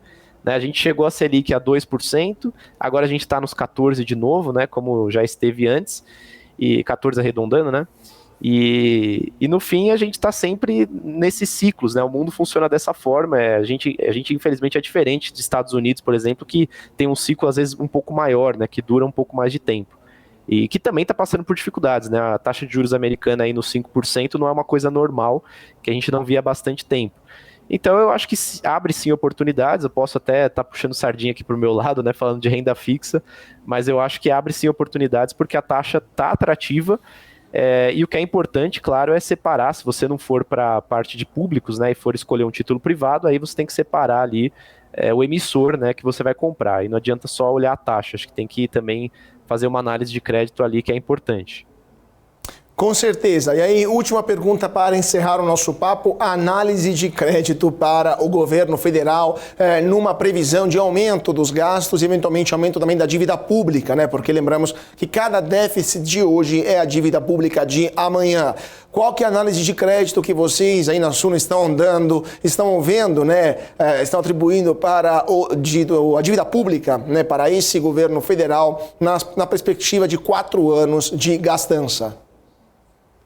Assim, apesar dessa regra nova, né, do arcabouço fiscal, eu acho que a gente pode enfrentar algumas dificuldades. Não está claro ainda a questão de superávites, como isso vai ser atingido, como que a receita vai ser aumentada, provavelmente com aumento de impostos também. E assim, a gente acaba tentando olhar para não só para o Brasil, né? Então a gente tenta olhar para outros lugares também, principalmente Estados Unidos, porque aí você acaba tendo uma qualidade de crédito melhor. Mas ainda assim, né, se a gente tirar alguns casos aqui, como Americanas, Light, que agora deu default ontem, né? A gente tem algumas oportunidades boas, né? Você pega bancos aí que são bastante sólidos, oferecem algumas taxas atrativas, eu acho que dá para encarar. Eu acho que aí vai muito da análise de cada um.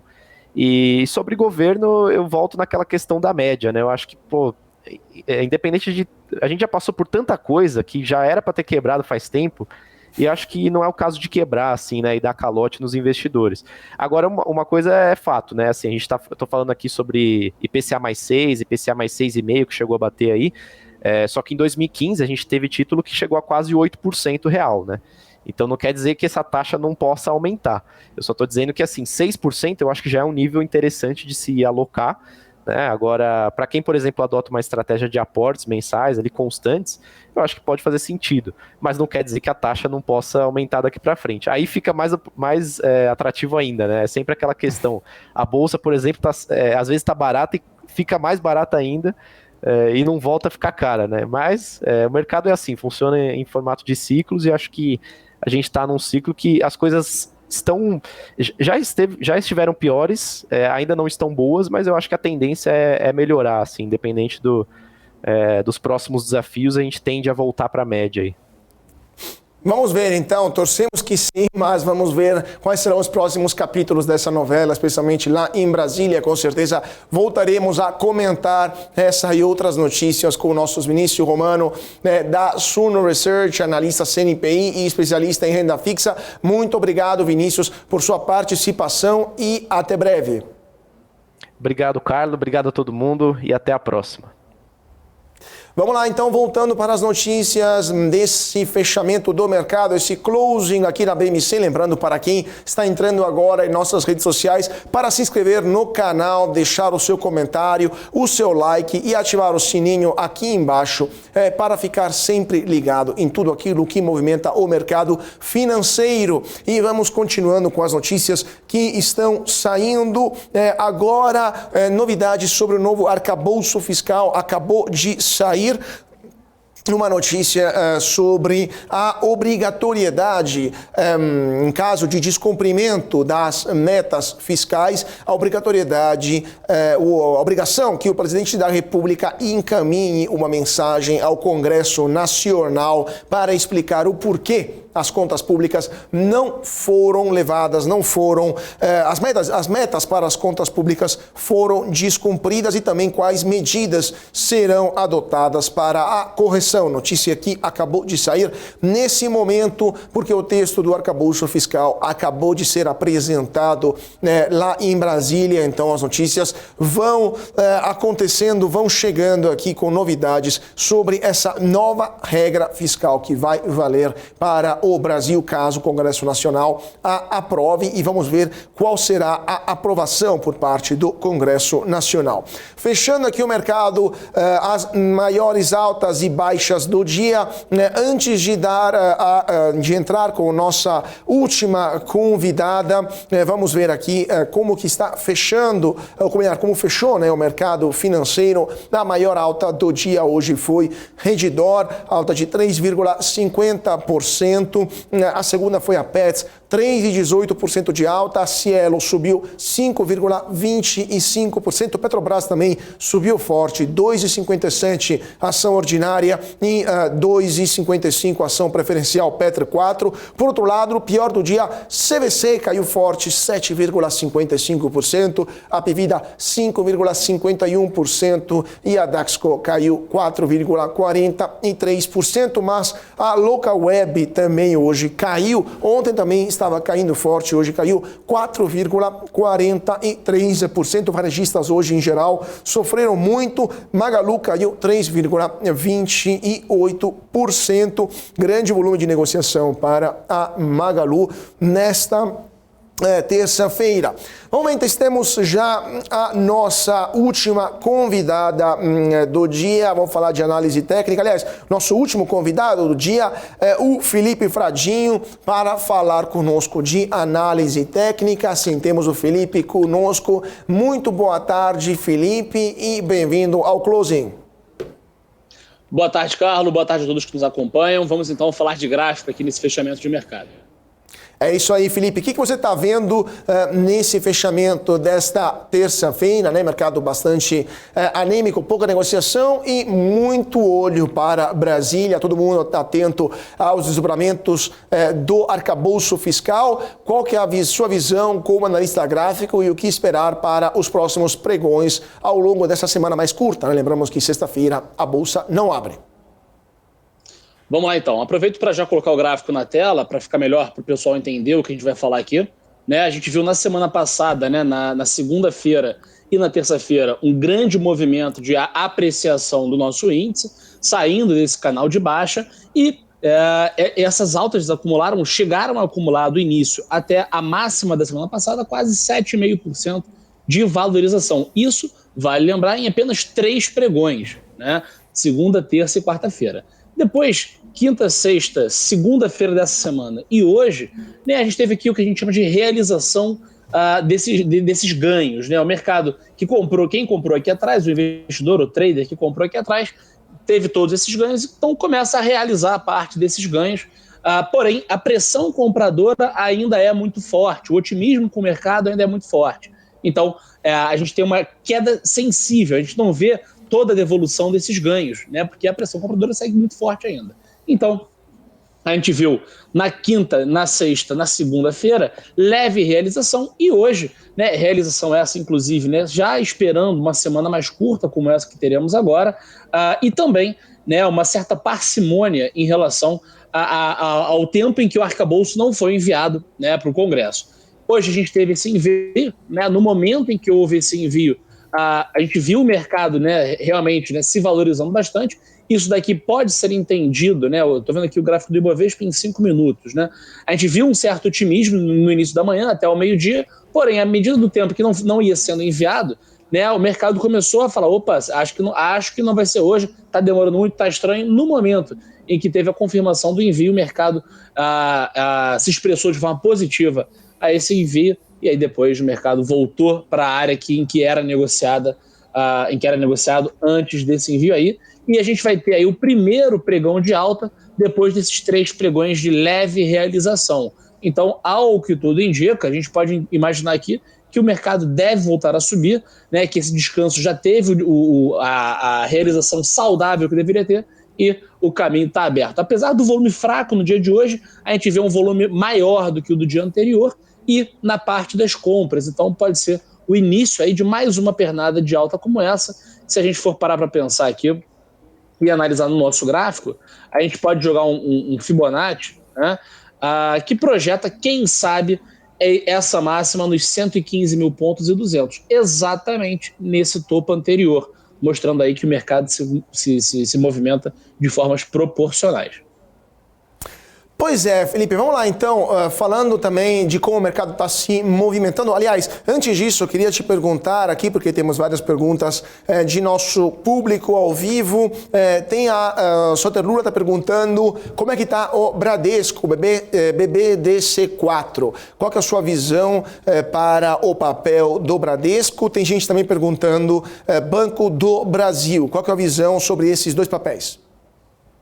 Vamos lá então, o Bradesco a gente consegue ver aqui, né, hoje de uma forma geral, né, o setor financeiro se movimentando de forma equilibrada. A gente tem algumas ações subindo e outras caindo, né, aqui no setor financeiro. A gente vê Itaú muito próximo de zerar as perdas do dia, Bradesco um pouco pior, né, caindo 0,66, B3 também, agora outros bancos no positivo. Então a gente pode atribuir esse movimento, mas a Bradesco já é um papel que vem apanhando há mais tempo, né? A gente pode ver o gráfico de Bradesco, de novembro para cá, a gente vê uma tendência mais definida de baixa, né? E também, né, Bradesco só pegou um dia de alta de toda a empolgação da semana passada. Quando a gente compara Bradesco com Itaú, a situação é um pouco diferente. A gente vê Itaú já fazendo aqui fundo mais elevado que o fundo anterior e começando essa ignição do movimento de alta no cruzamento no finalzinho de março. Quando a gente olha aqui para Bradesco, a gente pode ver aqui já que esse cruzamento aqui não mostrou tanto fôlego e foi só na semana passada. A gente não viu esse cruzamento no finalzinho de março. Então, Bradesco é um ativo que já vem com mais dificuldade para se recuperar do que os seus pares, Itaú e tudo mais, e, para mim, ainda segue uma leve tendência de baixa. Quando a gente tira aqui esses canais de baixa, a gente continua vendo aqui, pessoal, esse padrão, né? A gente continua vendo um canal maior de baixa com topos e fundos decrescentes. Tudo bem que essa margem está sendo testada, né, ao longo desses últimos pregões, porém a tendência segue sendo respeitada. Quando a gente vai comparar, né, Bradesco com Itaú, a gente já consegue ver aqui fundos mais elevados e topos também mais elevados, mostrando aí que a tendência de médio prazo é de alta para Itaú, que inclusive negocia acima de todas as médias, média de 9, de 21 e de 200 períodos, e quando a gente compara com o Bradesco ainda negocia abaixo da média de longo prazo, que é a média de 200 períodos. Então, do meu ponto de vista, Bradesco não é a melhor opção e continua com tendência de baixa no setor financeiro. Perfeito. E agora, última pergunta também, sempre do nosso público, muita gente perguntando aqui de Braskem. Braskem que vem sofrendo já há 2 anos, se não me engano, passou de cerca de R$60 por ação para 20, né? Se não estou enganado, uma sofrência, como diria a turma do sertanejo, mesmo se a Braskem, no final de 2021, anunciou dividendos recordes, né? Então, como é que está sendo a visão de vocês, analistas gráficos, sobre o papel desta empresa? Vamos lá então. Braskem, realmente, você estava certo em comentar o que o ativo tinha sido negociado na casa próximo à casa dos R$60 no finalzinho de 2021, início de 2022. Vem operando também numa tendência de baixa muito bem definida. E outra coisa, esse canal de baixa ele foi rompido, tá? Ele foi rompido para baixo no início desse ano, de 2023. Eu até separo o gráfico aqui só para esse período, para esse ano atual, chegou, né, a romper esse canal com mais intensidade, fez um repique a esse patamar de briga, antes como suporte, agora como resistência, e incrementou as quedas até a casa dos 16,50, né? Agora, quando a gente observa no curto prazo, né, fechado, vamos dizer assim, a gente consegue ver sim uma leve recuperação do papel, né, descrita, inclusive, destacada, inclusive, nesse círculo aqui. Porém, quando chega nessa minha margem inferior do canal de baixa, nesse caso agora, margem superior dessa projeção, o papel tem muita dificuldade de se recuperar. 2 pontos importantes para a gente frisar aqui em Braskem. No curtíssimo prazo, o papel volta a ficar interessante acima dos 21,70. Passando de 21,70, minha leitura é de que venha buscar a média de 200, aqui nos R$24, que é inclusive região dos topos anteriores. Nessa região do 24, tende a ter muita dificuldade para ultrapassar esse patamar, por ser região de topos anteriores e média de 200 períodos. Além disso, quando a gente pega aqui esse canal inicial, quando a gente lança uma linha central, essa região de linha central do canal, ou 50% do canal, também aqui nos 24,80, também tende a segurar bastante o ativo para nova recuperação. Um ponto importante para a gente frisar aqui, tá, Frade, então beleza, já falou aqui para mim que Braskem, passando de 21,70, pode, quem sabe, testar os 24. Então, qual é o patamar em que ela reverte a tendência na sua leitura, Frade? Bom, para mim, Braskem vai reverter essa tendência aqui de baixa quando romper esse fundo anterior nos 25,70, e aí também deixa para trás essa região da média de 200, esses topos anteriores e a linha central do canal. Então, para mim, pela minha leitura, Braskem só reverte tendência de baixa para tendência de alta, passando aqui dos 25,70 a R$26. Perfeito, perfeito. Vamos ver se tem mais uma pergunta aqui do nosso público. Temos o Luiz, está perguntando de Vivara, Viva 3. Rapidamente, porque estamos já com poucos minutos e temos muitas notícias ainda para dar, mas como está a Vivara nesse momento?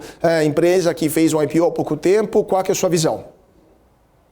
Vamos lá então. Vivara, né, fez IPO há pouco tempo, como você falou, e opera numa região mais travada, vamos dizer assim, né, desde a sua abertura de capital. Tudo bem, a gente está falando de uma amplitude percentualmente falando maior, né, dos 19 até essa região aqui dos 33, porém, a gente pode ver que não tem uma tendência definida em Vivara. A gente não consegue olhar o gráfico, bater o olho desde o IPO, né, e falar assim, não, tendência de alta para o papel, não, tendência de baixa. Não, a gente consegue ver algumas micro tendências dentro desses períodos, tá? Eu agradeço aqui pela presença do pessoal, já antecipo, inclusive, a gente pode ver topos decrescentes e uma outra certa congestão no que diz respeito aos últimos 3, 4 meses. Né? O papel também continua sendo negociado entre aqui os R$20 e os R$23,60, mais ou menos. Eu não gosto de operar papéis que não têm, né, leituras indefinidas em relação à tendência. Papéis congestionados. Eu gosto de operar papel mais direcional, ou seja, né, num viés desse de baixa ou num viés desse de recuperação.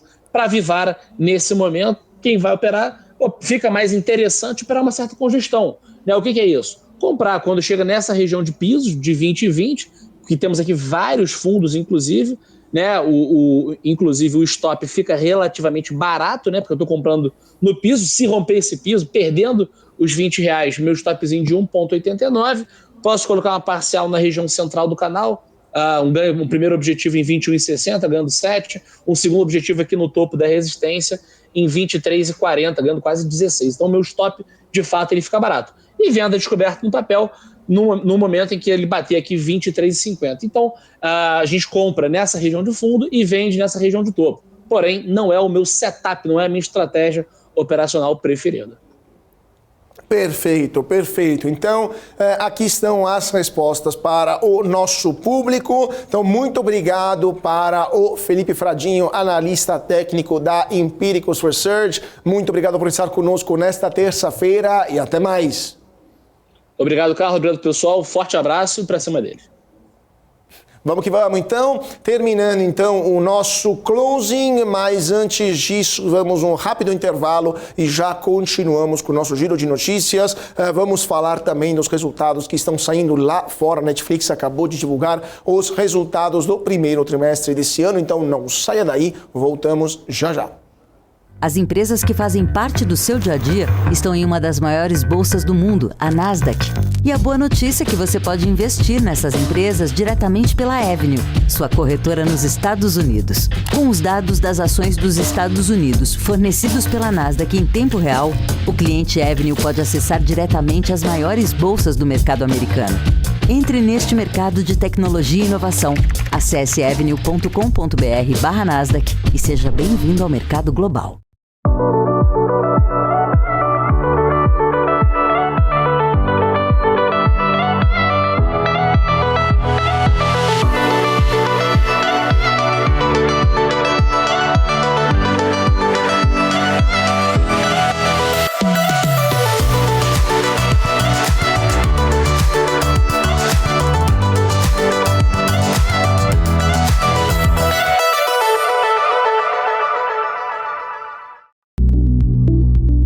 Fala time, tudo bem?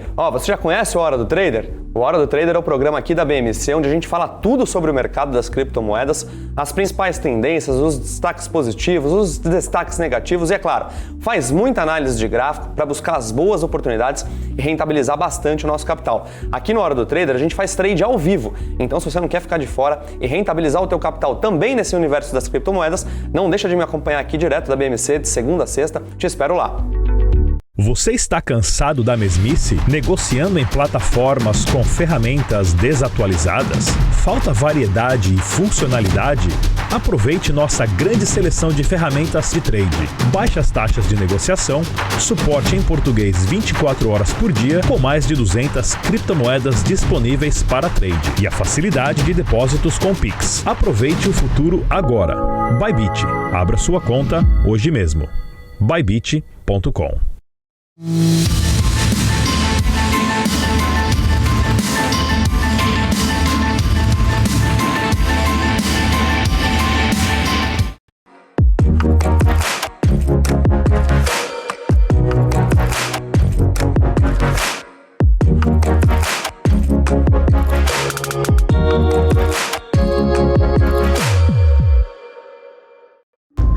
Já pensou se não existisse essa pergunta?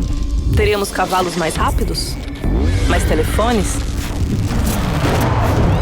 A Vortex pensou e criou a primeira plataforma digital para o back-office do mercado de capitais. Tecnologia para o que sempre foi analógico. Hoje, temos mais de R$500 bilhão em ativos em 3 frentes integradas. Ir além é descomplicar o mercado de capitais todos os dias. Vortex. Beyond.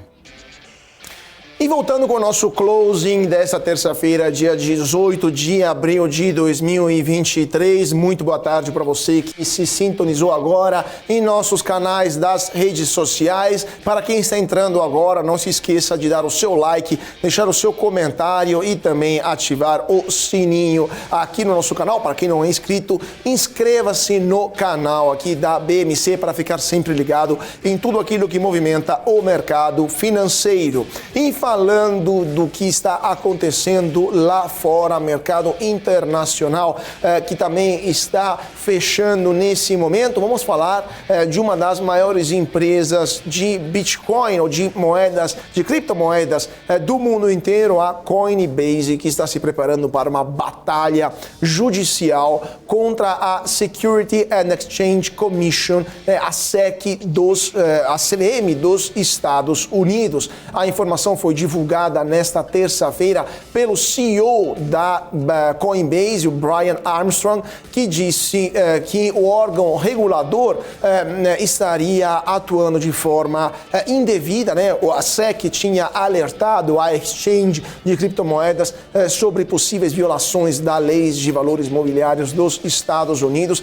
Teria notificado a Coinbase já há semanas atrás sobre supostas violações, mas Armstrong, o CEO da Coinbase, considerou essas notificações como, abre aspas, infelizes, fecha aspas.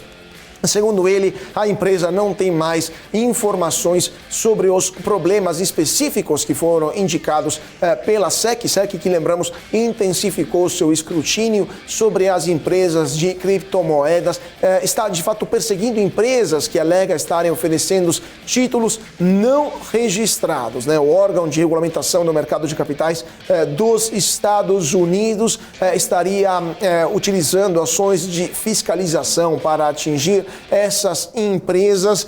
Uma das empresas que foram processadas pela SEC, umas que ganharam maior destaque, foi a Ripple, né? Um processo que está em andamento desde 2020. Segundo a SEC, a Ripple vendeu títulos não registrados, mas a Ripple está contestando esta afirmação. Agora, a indústria de criptomoedas como um todo reclama que a CVM dos Estados Unidos, né, o órgão de regulamentação dos Estados Unidos, não está sendo claro com as empresas do setor de criptomoedas sobre o que elas poderiam ou não poderiam fazer. Por sua vez, a SEC argumenta que as regras sobre as leis existentes são claras e essas empresas não estão a respeitando. Então, vamos ver como que serão os próximos capítulos dessa batalha judicial que está prestes a começar entre a SEC e a Coinbase e como isso poderia mudar o mercado de criptoativos do mundo inteiro. Agora, sempre permanecendo nos Estados Unidos, nessa terça-feira o Bank of America, um dos maiores bancos dos Estados Unidos e do mundo, anunciou que vai cortar até 4.000 posições antes do final de junho, ou seja, antes do final no segundo trimestre desse ano. Demissões de massa que foram divulgadas mesmo após o Bank of America ter um lucro no primeiro trimestre desse ano que superou as expectativas. Esse corte de empregos, né, representa cerca de 2% da força de trabalho total do Bank of America, que chegou a 217 mil pessoas no final do primeiro trimestre. Isso após o aumento das contratações provocado pelo aquecimento do mercado de trabalho durante a pandemia de coronavírus. O número de funcionários do Banco Americano cresceu 4% até o final de março em relação a um ano anterior, né? E agora o Bank of America está cortando 4.000 posições. Lembrando que o BOFA já tinha cortado mais de 1.000 empregos nas 2 primeiras semanas de abril, né? E agora outros serão cortados até o final de julho e não serão substituídos, segundo o Bank of America. Vamos ver então o que vai acontecer. Nessa terça-feira, o Bank of America também apresentou os resultados, né, desse trimestre, resultados que foram positivos para o banco americano. Lucros subiram 15% no primeiro trimestre em relação ao ano anterior, chegaram a 8,2 bilhões de dólares, superior às previsões dos analistas que, por sinal, estavam prevendo uma queda dos lucros trimestrais do Bank of America após o colapso do Silicon Valley Bank. Mas os resultados do Bank of of America surpreenderam, então foram positivos. Isso também graças ao aumento das taxas de juros nos Estados Unidos e também o aumento das negociações devido às recentes turbulências nos mercados financeiros e também as incertezas provocadas pela implosão de bancos como o Silicon Valley Bank. Isso porque quando um banco médio ou pequeno quebra ou tem problemas como o SVB, muitos depositantes acabam transferindo o seu dinheiro para credores maiores, né, para bancos mais famosos. Tem o famoso run to quality, né, a fuga para a qualidade, e isso levou também a muito aumento dos depósitos em muitos grandes bancos dos Estados Unidos. Agora, sempre permanecendo lá em Wall Street, porque temos notícias sobre outra gigante listada lá na Bolsa dos Estados Unidos. A Johnson & Johnson reportou um prejuízo no primeiro trimestre do ano, contabilizando uma cobrança de 6,9 bilhões de dólares vinculada à sua proposta de resolver dezenas de milhares de ações judiciais relacionadas a acusações de que o seu pó de talco causaria câncer. A maior empresa de produtos de saúde do mundo informou que vai ter que pagar os reclamantes e classificou isso como, abre aspas, lamentável, porque, fecha aspas, segundo a Johnson & Johnson, abre aspas, afirmações científicas sem fundamentos, fecha aspas, provocariam um litígio prolongado e caro e com um desfecho, segundo a empresa, abre aspas, inerentemente incerto, fecha aspas. Segundo a Johnson & Johnson, de 60 mil a 70 mil pessoas já apoiaram a proposta de pagamento. Estamos falando de processos já em andamento, mas teria um pequeno grupo de advogados, né, que está tentando impedir que seus clientes aceitem esse acordo para evitar o processo. Segundo a Johnson & Johnson, esta cobrança extraordinária cairia nos resultados, então, desse primeiro trimestre, prejuízo total de 6,9 bilhões de reais. Vamos ver, então, o que vai acontecer e se, de fato, essa situação vai se resolver com esse pagamento dessa indenização por parte da Johnson & Johnson.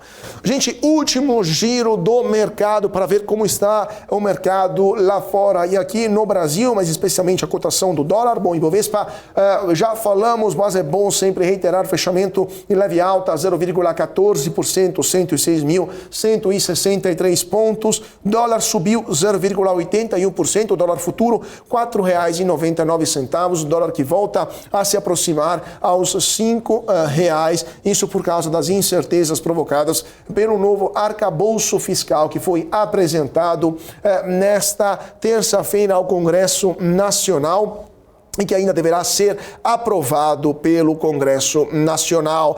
A maior alta do dia nesta terça-feira, a ação que mais se valorizou foi a Redditor, subiu 3,50%, a Pet subiu 3,18%, a Cielo 2,74%, a pior do dia foi a CVC, caiu 7,55%, a Pivida 5,51% e a Dexco caiu 4,43%. E, gente, por hoje é só, porque nosso tempo, infelizmente, acabou. Temos muitas outras notícias para comentar com vocês, mas isso vai ficar, então, para a nossa programação desta terça-feira. Então, não saia conosco, porque vem mais notícia por aí. Para quem ainda não estiver inscrito no canal, se inscreve aqui, deixa o seu like, o seu comentário e ativa o sininho para receber as notificações aqui da BMC e para ficar sempre ligado em tudo aquilo que movimenta o mercado financeiro. Por hoje é só, então, muito obrigado a todos pela atenção. Nós vemos amanhã, 4 horas, direto aqui da BMC, com mais um closing. Te vejo lá. Até mais.